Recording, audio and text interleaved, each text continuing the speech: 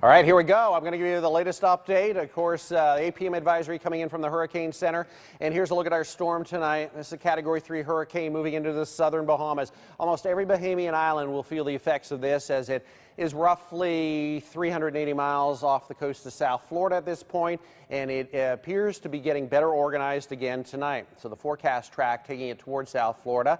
Yes, this is the APM advisory, so we're at 115 mile an hour winds. We've dropped a little bit, moving northwest at 12. The forecast track later Thursday, well, this is Thursday afternoon, still well off our coastline as a Category 4. It is at this point, though, that we will start to see or feel 40 and 50 mile an hour winds, because they stretch out almost 200 miles from the center.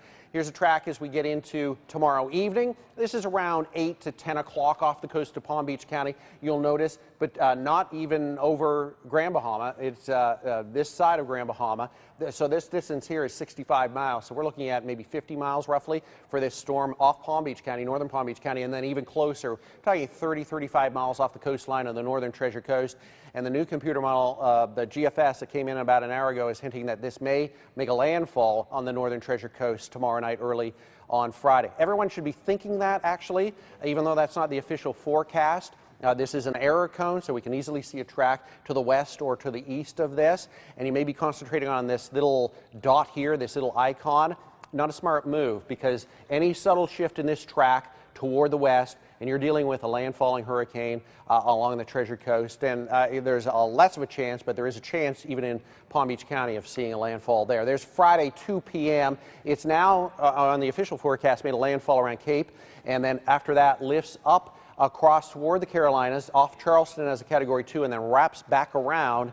And the long-range models early to middle of next week bring it back in toward the Bahamas once again. It actually does a 360 and ends up in the same spot it is right now, or very close to it. Hurricane warning along our coastline. Back around Lake Okeechobee, a hurricane warning. Tropical storm watch in effect for the west coast of Florida. The computer model tracks, most are not updating at this point. It's 8 o'clock. As we get into the next couple of hours, we'll see some of these tracks adjust and update. Some of these models are actually not simple computer models. They're blend models, like the TVCN here is blend model. And by the way, watch that model closely, because the Hurricane Center bases their forecast very, very closely or exactly on the TVCN, which is that yellow one right there. Hard to read because they're very tightly clustered, which is actually good, because it means there is a little bit higher confidence in the forecast track out 36 and 48 hours. And then the tracks, of course, coming up the coastline, and the official track taking it inland briefly around Cape Canaveral. So the wind speeds, I want to give you the timeline. There's still time to get your preparations done if you haven't already. There is 2:30 in the afternoon, so we have 40 mile an hour winds coming in across the coastline of Palm Beach County. Those are the outer feeder bands. Then we get into 50 and 60 mile an hour winds working their way in across the coast. And here we go into tomorrow evening, 11 o'clock. We have hurricane force winds across a large area of Palm Beach County, Martin County, from Stewart, Sewell's Point, Rio, down through Rocky Point, Jupiter, Hobe Sound, West Palm, Lake Worth, even back close to Wellington, Royal Palm, the acreage. These are hurricane force winds in the red here. And getting into the late evening, overnight hours, there is one in the morning on Friday from Jupiter and the Gardens, Juneau, up through Stewart, now into Fort Pierce, 70, 80 mile an hour winds, perhaps even stronger. And then into 3:30 in the morning, it's going to be a wild storm in the middle of the night, folks.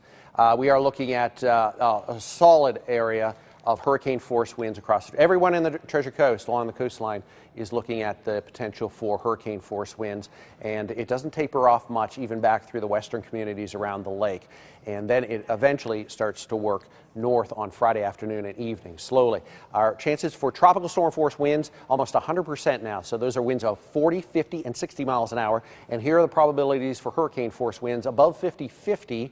And as the storm moves closer, remember, it's still over 300 miles away from us. As it moves closer, these numbers are expected to rise at 11 o'clock, and then at 5 in the morning, we'll get another track after that. Okay, here's the GFS model. This is a little ominous, but unfortunately, this is one of the best computer models in the world. So we don't show this just because we want to. This is going to be used as part of the forecast at 11 o'clock. So let's give you the timeline on this. This is 2:30 in the afternoon. We're now starting to get in. These are wind gusts.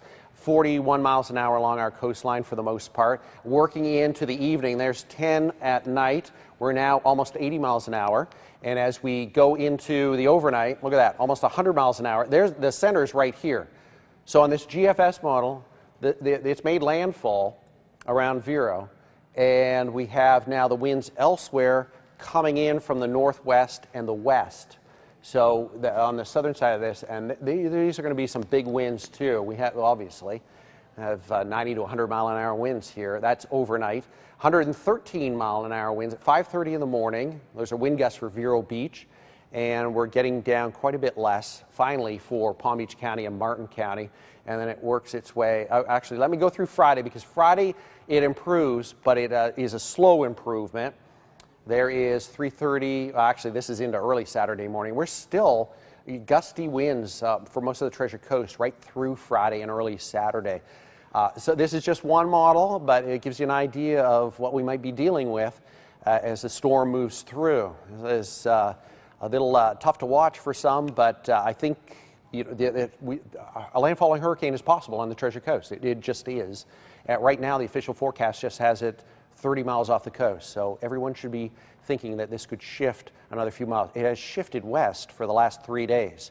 There's no reason why it might stop now. It can certainly continue that trend toward the west and become even more of a threat at 11 o'clock. I'm going to toss it over to James with more.